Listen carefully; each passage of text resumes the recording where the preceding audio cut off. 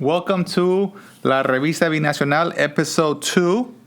Today we are joined by a co-worker of mine. He is in charge of a lot of things when it comes to the marketing of La Revista Binacional, as well as other projects in which we work together.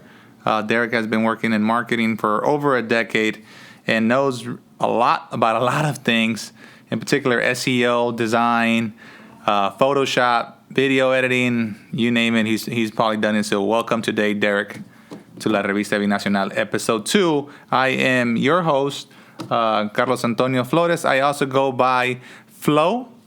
And yes, you guys could call me whatever you guys want. Just call me. So today's episode, we're going to be talking about a few things. But before we get started, I'd like to give a shout out to our sponsor. Our sponsor of today's episode is MC Taxes. MC Taxes could help you out with any personal and business taxes you may need. They also do really good bookkeeping. They're located in Chula Vista, California. So if you guys are looking for those services and you're looking to get any type of help when it comes to your personal or business taxes or bookkeeping, please reach out to our friends at MC Taxes. All right, Derek, welcome to the show. Yeah, it's interesting being on the forefront and not behind the scenes. It's a little... What do you mean by that? Well, usually, as you said before, I'm usually doing the magic of SEO and things like that. So it's kind of behind the scenes. You don't see it up front, but now it's like you're in the front. People are going to hear my voice. People are going to see my face. So let's get to that. Why is Derek up front? So let's talk about today's episode. So today's episode, we're actually going to be talking about Americans that are moving to Tijuana. Derek is an American, and he recently moved to Tijuana, Baja California. And this has been a growing trend, and that has been affecting the local economy, both here as well as down there south of the border, in a positive and negative way. So before we get to the statistics of how is it impacting, let's start with you, Derek. Derek, why did you decide to move to Tijuana? I did it for love. No, really. Why did you decide to? No, actually, I did meet my wife and mother of my youngest daughter, Eva. I met her here on Stateside. She had a Century Pass, so she crossed. We had lunch, and next thing you know, we were getting married and everything. She did not have. She's just full Mexican citizen, so it was just more convenient to move down there. And I think, when it comes to the cost of living, it was just kind of a no-brainer. I mean, what we're paying for a house over there is completely different to here, So it sounds like it was both an economic reason, but also a convenient reason, and as well as obviously you met your wife, so you decided to move down there as opposed to living down over here. So talking about that, I'm not sure if you knew, you probably felt it, but I'm not sure if you knew it. Since 2020, the pandemic, rents have gone up in San Diego, respectively. As I see the stats here, they have increased 23% in 2020 and 21% in 2021. This is according to rent.com. So you can imagine if rent is increasing by that amount, I'm assuming a lot of people, just like yourself, decided to move down there to Tijuana. So you say that you get more bang for your buck? My understanding of what you're saying? Oh, yeah, definitely. I mean, the area that we live in, I'm still used to finding out what areas are like the best area or bad area. We're closer to Hipódromo Cinco Diez. So in that area, we got like a 3-bedroom house for about like $1,100. Which here in San Diego, I'll be lucky if I get a studio with parking. So that's just rent, you know what I mean? So that's quite impactful there. But I can already see how we're impacting the market down there as well. Yeah. So I have a lot of friends that live south of the border that are Mexican nationals, nothing to do with here in the United States. And for sure, like you're seeing a big gap of what they can afford, right? Because you get paid in U.S. dollars, you take your U.S. dollars down there, it seems to go a longer way. They get paid in pesos, I just call it Mexican dollars, and it doesn't go as far for them. So there definitely is an impact of a growing trend of Americans that are moving down there south of the border. Now, talk to me a little bit of quality of life. because here in San Diego, we're very spoiled. There's so much to do. You got stuff that you can pay for, and there's a lot of free stuff. We got beaches. We got pretty much all kind of things to do. So there's a lot of leisure activities that you can participate. What about down there? What about in Tijuana? To be honest, I would say it's about your comfortability level. I mean, obviously you have Rosarito, you have beaches down there. It seems that there's food is a big thing.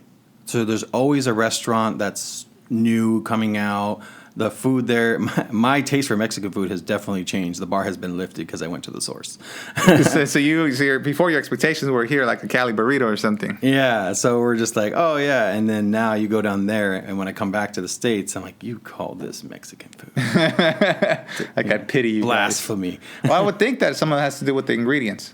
Oh yeah, for sure. Obviously, there's and that leads to what you can cross, what you can't. They like the avocado wars that kind of go on. They're using their own avocados. Avocados from Mexico, and they're also their own meats, things like that. And there's certain ingredients that they have in their food. And I want to say that the food in Mexico is almost a little bit healthier than the States. Yes, with a lot of the ingredients, even how they label them. But the food's definitely different, and it's definitely family oriented in a culture thing. I've actually almost never gone and seen like just a single person eating. It's always a family, something like that, or maybe a couple, but it's a family thing just to be around food and so it's an experience. For sure. And that's just the food side. Quality of life, gas is cheaper. I think it's gone up a little bit, but I mean... No, there's a certain stigma, though. My understanding, at least my own stigma of thinking when I think of gas in Mexico, although it is cheaper, it doesn't last as long. Like the process in which it's created, it seems like it's watered down. Not sure. Have you experienced that, or your thoughts on that? I definitely, to your point, it's been, I spend less, but it doesn't seem to last as long. And that's like at the highest tier. And then even then the highest tier is way cheaper than here is in the States. I think San Diego's like roughly $5 average, give or take, maybe more. No, I think it's still more expensive. It's probably about $5.35 or something like that. Yeah, so even more so. So over there, you're looking at maybe $3 tops for the top tier. And they have Chevrons, Pimex. Arco, I think, is down there. An Arco, Rendi Chicas. That's where, they have actually top tier detergent gas there. So, it varies. But to your point, yeah, I think as an octane and maybe the process is a little different. But even if you double up, it's still cheaper. Talk to me about some of the, not necessarily stigmas, but certain expectations or preconceived notions that maybe you thought about Mexico or Tijuana in general that you come to find out that are not the case or maybe are the case. Well, first and foremost, everything I'm stating is my personal experience. So I'm not speaking Correct. for the U.S. or speaking for Mexico. But I will say that obviously shows like Narcos, Netflix put out a certain stigma expectation for people that have never been to Mexico. I used to go when I was 18, because you could drink. So, like the rest of us gringos were like, woohoo. So I was familiar with the border. I didn't really see any of that type of, I want to say violence or anything like that, although it happens, but it seems to be, you kind of, if you're not involved, you're not involved. That's kind of the gist that I've gotten from it. We have shootings here, they have shootings there. I mean, violence is everywhere in the world. So I just think that Hollywood has kind of made it more like, oh, it's narco territory. You know what I mean? Like I'm going to run into some bigwig narco just going to the mall or something. But that doesn't seem to really be the case. Yeah. So what is one thing that actually turned out to be true of what you thought, like a preconceived notion? Driving. Okay. Driving. Talk to me about driving. If you can, I will say this. My wife tells me that I'm more Mexican when it comes to driving down there than she is. Like I'm so comfortable driving in Tijuana and probably as far down as Ensenada. But yeah, you definitely have to drive. Like, and it's funny because over there the speed limit, like on the Via Rápida, is like about 80 kilometers an hour, which roughly comes to like maybe 45 miles an hour. So they go slower. The speed limits are slower, but their off ramps, it's like 2 feet. Like you got to go. Like you have to know where you're going, when you're going. You just have to be alert. That's something that I would definitely agree with. The signage Mexican government, if you're listening, improve your signage because a lot of times, like, you don't see till it's too late. To your point, like, oh wait, there was my exit, or the sign doesn't really point which way you should be going. Yeah. Oh, that's an Alto. Yeah, exactly. I actually got stopped one time by police, the municipal police. Yeah, did they shake you down? No, he talked to me in Spanish, and I was like, no habla español. I actually do know some Spanish because I'm actually half Hispanic, but I talked as wide as I possibly could. And then he was like, slow down. There was a stop sign, basically. I was like, oh, okay. But yeah, like little things for granted, like just, hey, stop written on the street so you could see it. Just in case you can't see the sign, that's something we have in the States. In Mexico, it's been my impression, and some of the stuff is maybe things that my wife has told me that they just kind of do it once and then that's it. Okay. And maybe way later on they'll come back and repaint it. Maybe if it's a high traffic area, like if it's Agua Caliente Boulevard or something like that. But for the most part, it's like a one and done. So like you might be able to see a little bit of the O for Alto on the floor, but you kind of just have to guesstimate on the back streets. Really, it's the back streets that's kind of has that. Yeah, I think I drive down there quite a bit myself. You definitely need to be on your toes to be driving down. There's a lot of people that are always going in and out of traffic, pedestrians. So there's definitely a lot of going on. But I would say, though, if you go to Mexico City, it's at another level on top of TJ. Because I've driven in TJ, no problem, and I've driven in Mexico City, and definitely you require some more adjustment, or literally like you can put your hand, because there's a lot more traffic and congestion. Mm-hmm. I'm seeing a lot more in Tijuana as well the last few years. I'm not sure about yourself if you also see like a lot of traffic congestion, but in Mexico City, you can literally put your arm out and touch somebody else's car. Oh, wow. Yeah. Tijuana, we're not there yet, but you're definitely seeing a lot more congestion for sure. I definitely think it builds up. And some of it is really small things. Like they don't have emergency lanes, really, like we have. And when there's an accident, the common thing in the States is you pull over, you know, if it's not like a really bad accident, you pull over, you exchange information. No, they stop and they have to wait for the police to get there. And I believe, to my understanding, that's what they have to do. Like, you're not supposed to leave at all, not even to pull over. Like, you just stop what you're doing. So everyone kind of has to figure their way around to kind of... From like a car accident perspective? Yeah, so even if it's like a fender bender, everyone just stops. So I have a friend that's a Mexican attorney, and the way he explained it to me, and it makes sense, the way he explained it, was in the States, if you're in a car accident, it's just a civil matter. In Mexico, if you're in a car accident, it could be considered a criminal matter. That makes sense. So therefore, that makes sense. You have to stay there. Yeah, that makes 100% sense. Then why they'd wait for the police to like actually show up so they can. Yeah, do anything, because the whole thing needs to be registered, documented, and who knows what afterwards. Thankfully, knock on wood, I have not had that experience, being on my toes and whatnot. Yeah. It's funny, too, because I always wonder how things would be. Like when I drive my wife's car, she has Baja California plates. So I kind of blend in when I'm driving around. But I always wonder, okay, how does that work? You know, because there's a lot of people that live in Mexico that have California plates. You know, they're registered. They're, you know, so it makes me wonder, how does that work down there? How do they handle that? Like if I'm to get in an accident in my truck, which has California plates, how would that pan out? So there's, okay, my understanding, and again, I'm not a legal expert, nor this is legal advice, is most California insurances cover you to a certain point of entry of the border. I want to say it's like 25 miles, 50 at the most. Again, not an expert, but that's just my understanding. There is additional insurance that you can get if you wanted to while you're driving down there. If you're going to be just needing that extra comfort level or going further than those radius miles in which they allow you to drive in and be covered. But I believe that's how it works down there. See, they're still doing editing stuff. It's like it's in the blood, you know. I'm just kind of like, okay, make sure everything sounds right.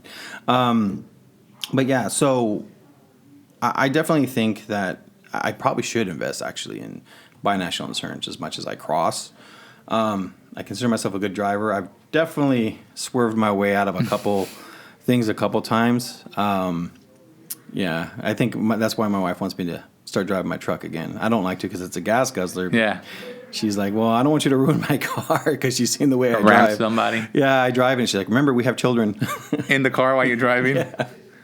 And then I'm actually not even going that fast. I'm like, no, I'm just alert. I know how to get there. I know the shortcuts to get to the Via Rápida. So, Yeah, I think it's just like, I don't know, basic etiquette, I would say, when you're driving down there. You get some people the right of way, and you just jump in, and don't be afraid to jump in when you need to get your own right of way, because people may not give you that right away, the same courtesy. there is some etiquettes that we have here that are kind of the opposite. Like normally, if you're on a straightaway, we have the right of way, and someone that's kind of turning in, it's like you're just nice if you want to let them in. I think it's the opposite here, as my wife explained it. She could be wrong, I could be wrong, but I've kind of noticed that when I go, like they're waiting for me to come in from a turn, and I'm like, oh, okay, thanks. Everyone's really polite in my neighborhood. All right, on. What about communicating down there? Because you had mentioned you have Hispanic. You understand some Spanish, I'm assuming. If people speak slowly, I know that you can pick it up. But what about those times when people don't speak slowly? How do you get by? It's funny that you say that. I think the most conversation where I was actually going to the TJ office, and I was talking to the parking Associate down there? Yeah, so I was totally getting lost. He's over there trying to do sign language. He's trying to explain stuff. I just whipped out Google Translate and just did live translation. So when they start using words that I don't understand, then I'm like, okay, I don't want to come off wrong. And even when I do speak, I'm trying to be very careful, because one time I think I called someone señora that wasn't a señora, and she was really offended. And it was at an OXXO. So it's kind of, I just saw the look on her face, and I was like, and then she spoke English after the fact. It was like, you shouldn't say. I'm like, you knew English this whole time. Was she younger, or? I think I said señorita, and she was older. Oh, okay. And I think that's what it was. She was kind of like, why you call me that, like, kind of thing. But because of that, just like swimming, just jumping in the pool to learn to swim, I've started to learn and practice more Spanish. So I can go to a Calimax, kind of find what I'm looking for, talk a little bit.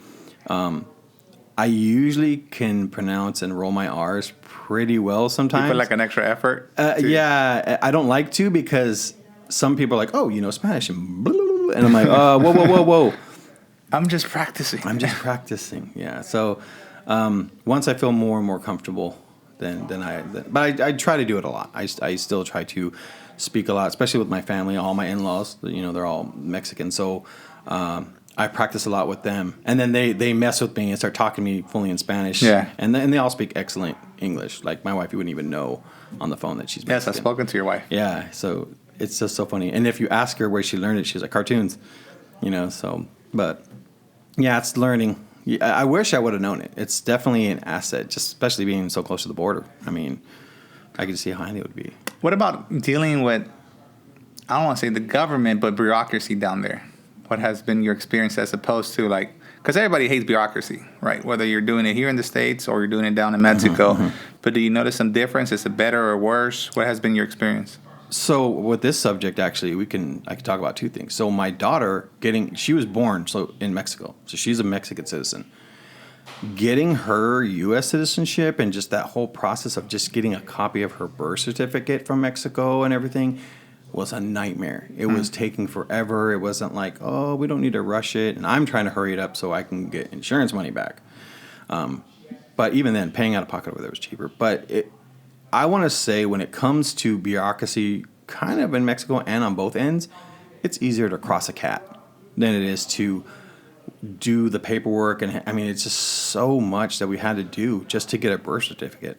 I had to I had to take a class actually with a blood test and all this when we got married, which a part of me was like, and I'll keep this low rated. Yeah, it's just between us here. A part of me was just kind of like, well, I don't know why I need a blood test. I mean, she's gonna have my baby, so yeah, you know, whatever. But we had to do this whole thing. There was like a course you have to take, and they really take. I want to say Catholicism has a big hold over there, definitely for sure. And I believe like they're over 90% of the population down there is Catholic. If I'm not mistaken, for sure. And actually going through the process right now to get Eva baptized, a lot of places were like, hey, if your padrinos are not married, like you can't do it, you know, which is hard, you know, as it is. Mm-hmm. Luckily enough, like we're married and all that, but it's like, yeah, it's definitely been a different experience. The bureaucracy feels like we'll get to it when we'll get to it. Like, oh, I'm sorry, you know, just come back again. And it's like, well, it doesn't sound too different than here in the States. Sometimes I think But I did notice, I have seen instances where someone's like, well, maybe someone will cut because they just knew the person. Oh, yeah, yeah. You know what I mean? Like the hookup? Yeah, like definitely. I mean, I don't know. It could just be one instance. Usually my wife's the one who deals with a lot of that because I don't speak Spanish that well. So she'll deal with it, and then I just kind of hear what she's telling me. So I'm like, oh, okay. But just knowing how long it took for the birth certificate to translate my birth certificate and all that kind of stuff, it took a long time just to get Eva's paperwork so I can go to the consulate and say, hey, this is my daughter. It's a birth abroad. I want to give her U.S. citizenship. So, Does she have it now? yeah. So she has dual citizenship. So she's a Mexican American. Are you going to get your dual citizenship? I don't know. I have to look into it. I think my dad would have had to have. But I believe you can get it through your wife because you're married to a Mexican national. I haven't looked into it yet. I mean, I think right now we're just trying to get their U.S. citizenship because God Their forbid. citizenship. Yeah, God forbid they close the border again for whatever reason because that was a whole thing to deal with too. Yeah, so I would like to get it. I want to get their U.S. citizenships first, so they can get their socials and everything else, and then for me, I want to get mine. You know, it's why not? Yeah. You know? So you say that the quality of life down there is equal, better, worse? I would just say it's different, really. Can you give our listeners a little bit of Yeah, examples so- of what's different? So I want to say there's things here that I feel if you're in the States and you complain about anything, I'm like, go live in another country that doesn't have all these things. Okay. Like simple, like as we were talking earlier, simple things like just having lines on the road that you could see, you know, not really having traffic that happens there is like almost every day, like give or take. Little things like when the schools get out there, they all get out all at the same time. Like every single school in Tijuana gets out like at the same time. So you can imagine what that traffic's like. I don't know whose idea that was, but little things like that. I will say this though, like positives, like for example, here in the States, our foods don't tell us, hey, this is really bad for you and you shouldn't eat it. In Mexico, you have literally little black stop signs that says, don't eat this, you idiot. yeah, basically like exceso, I can never say sugar. Zucates? Azúcar? Like excessive sugar or excessive sodium. Like it tells you, hey, you know. I guess a high concentration. Yeah, right on the front of the like it's almost like they're promoting health more. You know what I mean? Maybe because I don't know, but different corporate lobbies and stuff like that. But I think everyone should probably, especially if you know Spanish, like just live there. You know what I mean? Just try it like for a little bit. You definitely have, even if you're going to save up money and you know or do whatever, like it's definitely an experience. I feel that's put me out of my comfort zone, so I've grown because of it. I still have family that won't come visit. They're like scared. So you gotta like meet them at the border or something? Yeah, I gotta pick them up. They don't want to drive, and I'm like, you don't gotta worry about anything, you know. But yeah, it's definitely been an experience. I do love it. I do miss my home. You know, obviously I miss America and all that, but I love it. And I think honestly, if we all get our paperwork and move to the States, I'd probably get a home there and just commute back and forward. Yeah, I probably would go there more on a weekend type of thing because it seems the traffic's in the opposite direction. Yeah, depending on what it is, but yeah, I definitely would go down there even more so now, especially since I'm so comfortable. So prior to, I guess your experience was just going, let's just call it like the partying life, like you know like you mentioned, you're 18, you can't really party in the States. That was your experience, and now you're living down there.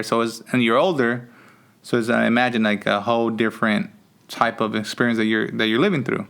Yeah, you definitely. I mean, it's one thing to go to Revolution, like, oh, I'm gonna get drunk and whatnot. And this was all post 9/11. I just dated myself, but you know, it was a long time ago. So even crossing was a different experience. Where now it's, you know, I think that's the biggest hindering for Mexico. Really, it's just not so much going in, but just trying to come back home. You're looking at a 4-hour wait, and Century is getting even more so because more and more people are like, hey, I should get a Century Pass and cross either. So. Other than that, I think now my experience is there's a lot of stuff, actually, I'm going to say that it's like gringo stuff to do in Mexico. Like what? Like I still haven't gone to a lucha libre thing. I still haven't gone to a cholo game. I haven't gone to a toros game, which I heard those are really fun, actually. Yes. So there's a lot of things I still want to do. I've gone to Ensenada, Puerto Nuevo, like a bunch of times. I did that before I lived there, but just little things like when the luchadores come and do a little thing there. Like even my wife says, "Oh, we gotta go." Like she said it's a common ground. Like you'll see people with money there, people that don't have money, old, young, and they're just yelling, "Yeah, hit him with the chair!" Like they're like into it, and I'm like, "Yeah, that sounds like an experience." Like I want to get on the stage in the ring and hit somebody with a chair. I don't know if they go that far, but they're definitely like into it. Yeah, that's like a thing to do. Last time I was in Mexico City last year, I was trying to go to one of those because it's like a thing to do if you go to Mexico City. Go watch a lucha libre, match. Didn't get to do it for whatever reason, but definitely something you definitely want to experience for sure. Yeah, definitely. And I did again. If people go down there, just check out restaurants. There's just really a lot to do. I think, they'll just need to start to go to La Revista to see what there is to do down there. Yes, La Revista definitely. They're a good plug. Appreciate that. Highlights what's new, and I think a lot of people don't understand or appreciate the gastronomy of all the food that's going out there. There's a lot of good restaurants. I would say like there really has been an emergence within the last 10 years.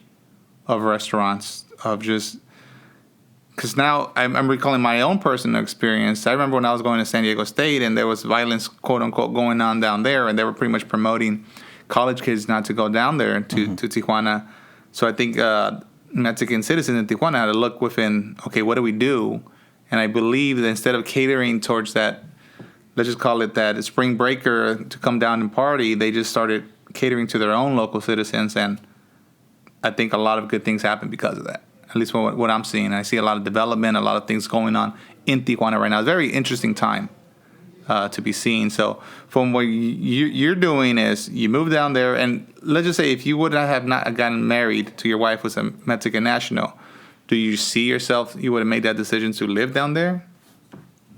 I probably wouldn't, just because of the language barrier, honestly. Like, I think with her, it kind of forced me to get out of that comfort zone of, hey, you're in another country where you don't know the lingo.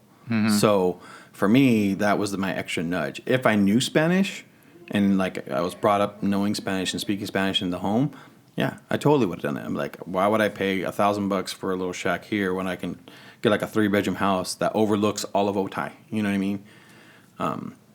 So I think for me, it was just strictly the language barrier. That's the only thing that would probably hold me back. I don't know, maybe because obviously I speak both languages, but I always feel like Tijuana has a high concentration of people that speak English because it's like a border town, and they just happen to influence each other. But you're living down there. Are you seeing that? Not so much so. Depends on where you're going, or what are your thoughts on that? I think it depends on how far in you are from the border. So being in Cinco Diez, I'd say I'm pretty far inward and eastward. Like my closest border is probably like the Otay border cross. So over there, I'd say it's so. Like I'll see a lot of shops where no one speaks English, or they all could be messing with me. That's probably it. Yeah, they just see, oh, look at this gringo, But but I mean, even then, it's a good thing. Like I don't look at it like, oh, whatever. Like I'm in their world. I would never expect. It's like going to Japan and expecting people to speak English. Yes. Which, by the way, I will still never get used to Chinese people speaking Spanish. I will never get used to that. That's true. Tijuana has, and Mexicali in particular. Yeah. High concentration. Which now I think in these generations they're Mexican nationals, but yeah, they're original. I guess grandparents came from China. Yeah. China, so Hong Kong. Yeah. They're Chinese, Mexican. I don't know. American Mexican, so Mexican Chinese. I'm not sure what the terminology is, but it still throws me off because I just been instilled that when I see someone that's of any Asian descent, it's like, oh, you speak English and probably your native tongue, whatever. Over there, it's like not a lick of English at all, and their Spanish is like better than most Mexicans that I've met. And I'm like, whoa, okay. Which, by the way, the Chinese food over there too. Way different than here. Yes. Yeah. I don't know if there's MSG or what's in it, because obviously the rules are different. But if it's MSG, they need to bring the MSG back to the States. That's it's really good. Like again, the food there, it's really good. The people are lovely. So it cannot all be great. What are some of the things that are not so good? Well, we can go back to traffic.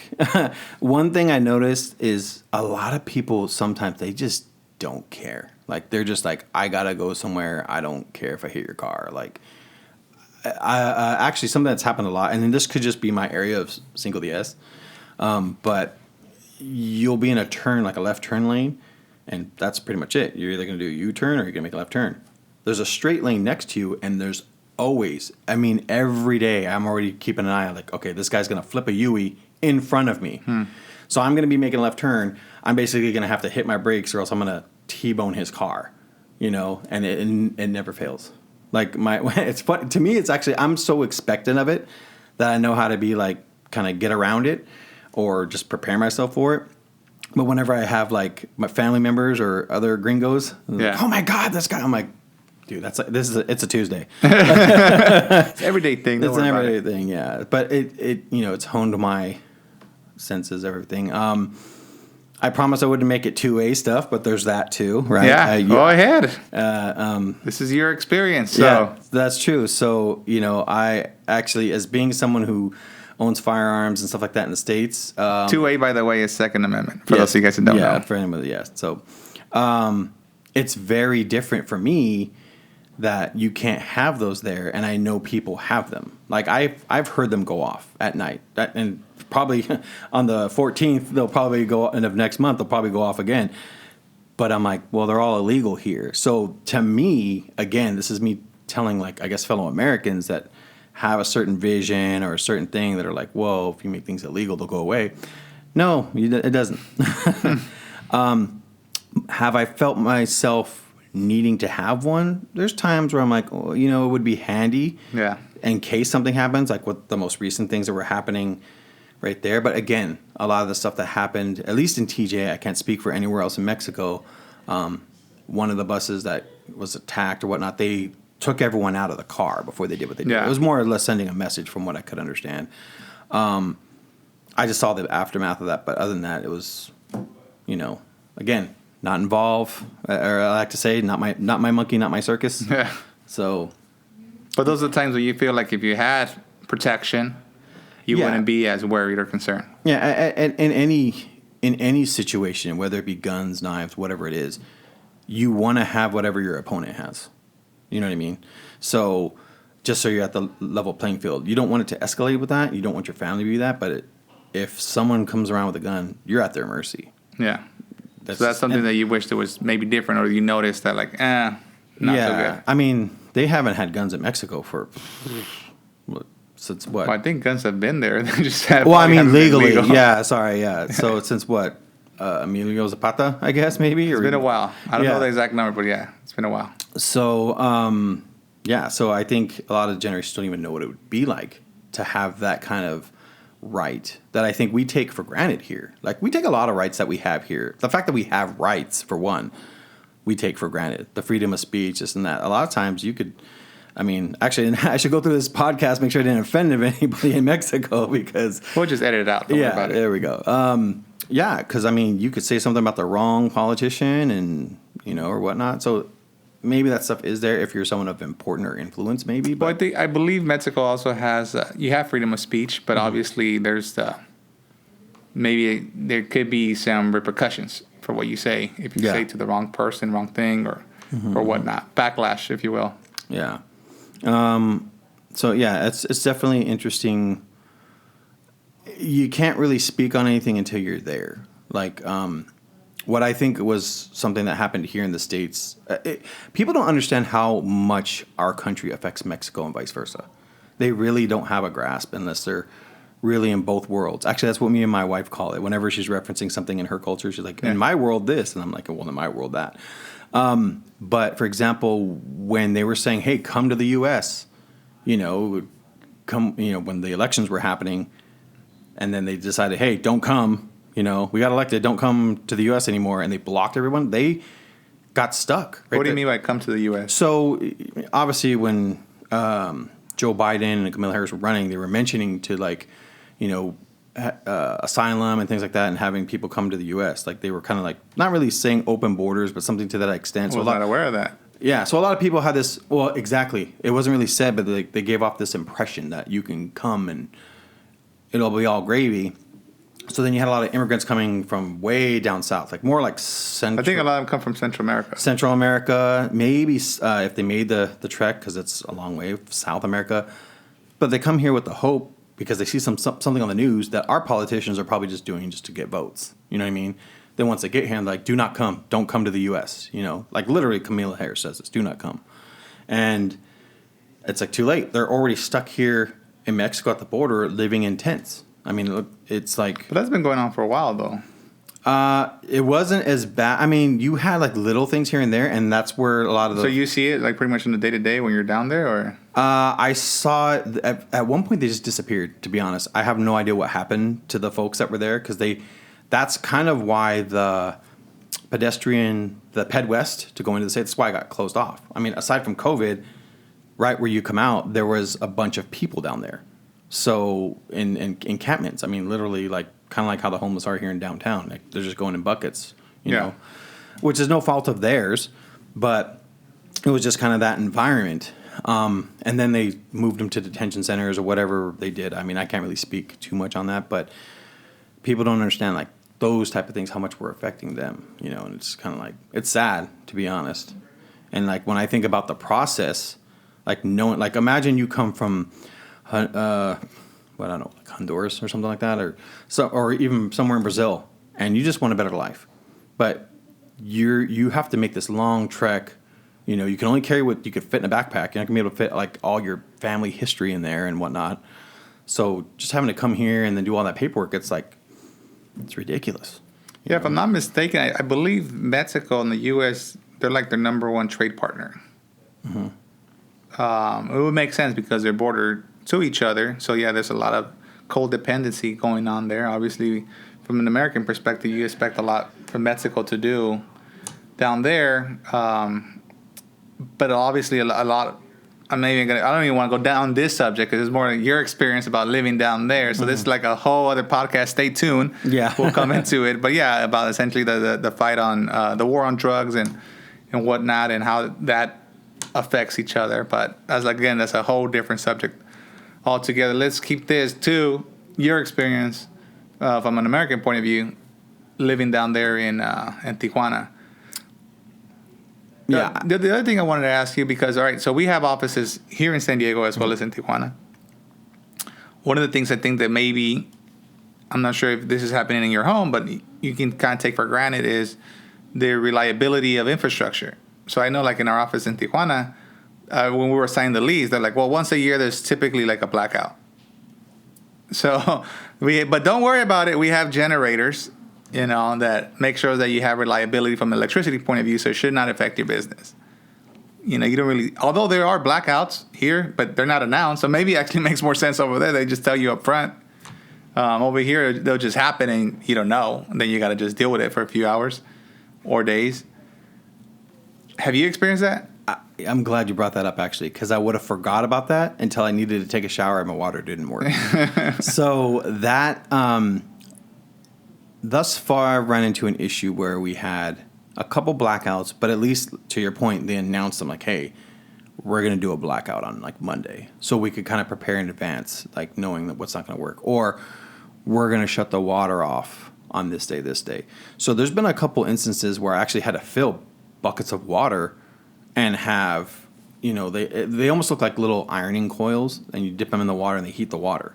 And just old school, like if I'm living in a hut, just do your dishes and bathe that way. So I want to say, yeah, those are things like you don't expect, like water to get cut off, or even more so because we live up a hill.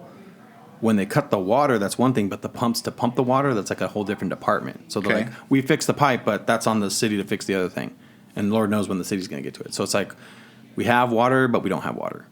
And for same thing with electricity, when the electricity comes out, or the gas. And they don't mess around. Like, people in the States, if you forget to pay your bill, you got your leeway. No. Not in Mexico. They don't mess around. You miss that thing one day, it's off. So, yeah, you definitely have to be on it. And obviously, since we're renting, so it's like it gets mailed to the landlord and then comes to us. So if he forgets, I have to be on him. Hey, you know, when's the gas coming? So, but yeah, it's interesting. That's a different experience. Audio marketing in cars is a different thing too. Okay. So we Talk to have me about that. So we have like, there'll be like a tortilla guy that comes by, and he has a whole jingle in his car. And like in the States, you can't really do that. I think they used to do it years ago with like, vote for this politician. You just have a loudspeaker. I mean, on the like car. somebody driving around and just like yelling. It's still a thing. That marketing of just driving around with the loudspeaker. It's a thing. They have jingles, and it's to the point that I've heard the kids singing them and messing around and joking about it.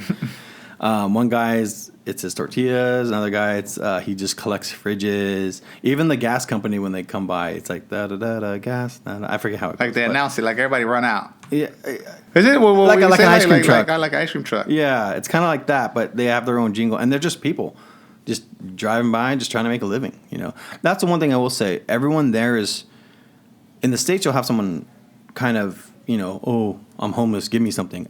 Everyone there is working for money. Whether they're just trying to, like, you've probably seen them just juggling, whatever, blowing fire, or if it's like, hey, I make tamales, whatever. So now my whole perspective has changed that when I'm in the States and I see someone doing the same thing, I'm like, I'll buy their tamales, man. Like, I get it. Like, now, like, you're just trying to make a living, it's is what it is. Yeah, I think there's definitely to that, because obviously people have a conceived notion of Mexicans here in the United States, and one of the things that I always find it funny, like when the whole thing was going on in the MAGA movement, and you had people essentially talking shit about Mexicans, like, oh, they're lazy, but hey, Mexicans are hard workers. Like, wait a minute, one of the hardest workers there is. Like, which one is it? Like, pick one, right? Type of thing. But I think it comes from a dependency on yourself to be able to having to provide for yourself, because the resources are not there from a government's perspective. One example I could probably give right now: COVID happened in the United States. COVID happened in Mexico. In the United States, people receive checks to, I guess, help them through their unemployment, help their businesses, whatever. The government printed money and helped people, if that's what you want to say. Yeah. Down there, no. Zero, nada. So people have to depend on themselves to survive. And I think that's maybe a difference that you're seeing, assuming now. Yeah. Partly is that, partly is just, I want to say that education sometimes, and it could be a generational thing, but I've noticed like some folks, like there's not really a push to go to school. So even like the Are you talking about here or down in Mexico? Down in Mexico. So here, we have grants, we have this, we have that. In Mexico, my experience, I've met a couple people where their family wasn't all about them going to school. It's like, no, you got to get a job, you got to work, and maybe it's older generational views, like the older generation of Mexico, where it's like, no, you got to work to make a living, like working with your hands, like not pushing the issue to go ahead and go to school. So because of that, you're kind of limited. You know what I mean? If you don't have an education, it's like, what else can you do? Well, I guess maybe it depends on your social and economical environments, because just like here in the States, there's people that don't push necessarily their kids to go to school or that higher education where you're talking about, similar down there. But there is also equally people that do push their kids of like, hey, go to school and whatnot. So maybe it just depends on the people that you're seeing, talking to, or exposed to. Yeah, definitely. And I think it depends on maybe the class over there and all that, like depending on what class you're in and whatnot. Like my wife, she grew up in I want to say upper class, per se.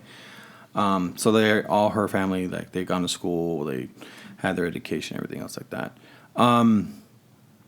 But to the point that you had earlier, so yeah, like there's different things when it comes to. One thing we didn't touch about when we came to food, and sorry to segment back to food, is they set things up because of those different classes. So you have individuals that literally cannot even afford a fridge. So in Mexico, they have it to where you have milk and eggs and things that don't need to be refrigerated. I thought it was the weirdest thing. When my wife just put the eggs on the counter, I'm like, what are you doing? Those are going to go bad by tomorrow. And she's like, no, you can just leave them out here. And it was a shock to me. Or like the milk, I think like the brand they have is Lala. Well, I think the way we process our food as well that you mentioned earlier is different. Right here, you have a perishable because they want it to go bad sooner rather than later. But you have that there too, though. You have the perishable, but again, there's like different classes and stuff like that. So you have people that can't afford. Well, that's what I was told in my experience. Like when I ask people, why do you have milk like this or what's up, and they well, because they tell me it's because not everybody has a fridge. Not everybody can afford a fridge or to keep things cold. So a lot of things like dairy, your basic needs. Like, well, for sure, the resale market is big. Yeah. I mean, you see a lot of it happen here where people come to the United States, in particular San Diego, buy stuff and sell it down there from a resale market. But then it has to do with economies too. But I think from like more from an economic and all that, I think it just depends. Just it varies for everybody. From what you're exposed to, resources, all that stuff. Because when I look at the demographics of Tijuana, it definitely comes up as a highly educated population down there. Now, maybe not afforded the same opportunities to your point over here in the States, but it's just the way it is, I guess, right now, above our pay grade. Yeah, the education system's definitely different than ours. Just the experience I've had putting my stepson in school. I mean, he's barely going to be 9, and he's already learning French, Spanish, and English. He's actually already been pretty good in English, but he's learning French. Yeah. And the education that they have in there, you definitely have to have private school. Now, I was about to ask you, is he going to a public school or private school? From my understanding, and this could be obviously my experience just based on what my wife tells me, if you want your kid to have a good education, it has to be a private school. Like she has, quote, told me that there's been times where the government, I guess, stops paying the teachers, so they're just like, we're not going to go to work at a quarter of the year. Whether that's true or not, I don't know. Yeah. I love you, honey. I know you can be exaggerated sometimes. But well, there was a big case here a few years back about because I don't want to say her name because I don't remember it exactly, but essentially she was in charge, I want to say, about the teachers union and their pension, and she was caught pretty much in Coronado just spending all the money. Yeah, she took the money, ran her actual bought like 4 houses or something like that. Yeah, actually, one of her houses is right where the gondola. What's that? The Lowe's Hotel in Coronado off the Strand. Mm-hmm. So there's nice mansions there. There's one that's incomplete. It was one of hers that they were building, and I only knew that because there's a gondola right there, and I took my wife there, and he was telling us, "Oh yeah, this eyesore here that used to be owned by Mexican." I'm like, "Well, she's Mexican, so you just offended her. Did we get this for free?" But no, to that point, yeah, there's corruption everywhere, though. I mean, yeah, I'm sure there's corruption over here. Just that's one case in particular when you mentioned about the teachers and not getting paid and whatnot. I'm sure that didn't help. Yeah, but it's funny because the school that my son goes to, it's called. Their motto is the business of education. You know what I mean? And it's a business because we had to buy his uniforms and his books and the whole thing, and it was a pretty penny. Yeah, but I think overall when you go to private school, that's usually the way it is. Yeah. Same thing in the States over here. Mm-hmm, mm-hmm. But I mean, they definitely get they have their own like little cafe in there and this whole spiel. It's a nice school. I think it's called Lice. I don't know if I'm allowed to say their name or not. Or yeah, unless you want somebody looking for him. No, right? Just a joke, guys. Yeah. No, I think it's called Lice de Mexico, I think, if I pronounced it right. But yeah, it's a really good school. Actually, Cinco de Mayo actually has a lot of good schools in that area. And maybe because they're so close to Hipódromo, I'm not sure. But there's a lot of good schools in that area. I guess as we're wrapping up this conversation, is like, what is something that you want people to know or think from your experience of why they should be going down to Tijuana? I would say... Or consider moving down there. Okay, so if you're considering to move to Tijuana, learn Spanish, number one. But definitely, I would say if you're going to move down there, just absorb everything you can. Like, if you're going to go down there, don't just go down there because it's cheap. Like, absorb everything, the culture, the food, the lifestyle, because it's different. It's definitely different. And just go in humble. You know, I would suggest that to anybody. You should always be humble. But definitely take a perspective and look at things of what you currently have, what you're going into, and just enjoy every positive moment that you possibly can. And there's great homes out there. You just got to look for them. You know, great areas, good schools. So, Right on. I guess on that note, appreciate you coming and being in front of the camera as opposed to behind the camera and sharing your experience. I'm pretty sure there's going to be a lot of people that are going to be talking about this. And if you guys have any questions or whatnot, we do have a comment section in the whatever means you're going to get this media through. So make sure that you share it, or you can always reach out to us at info@larevistabinacional.com. Thanks, guys, and thank you, Derek, for joining. thank you for having me. Peace.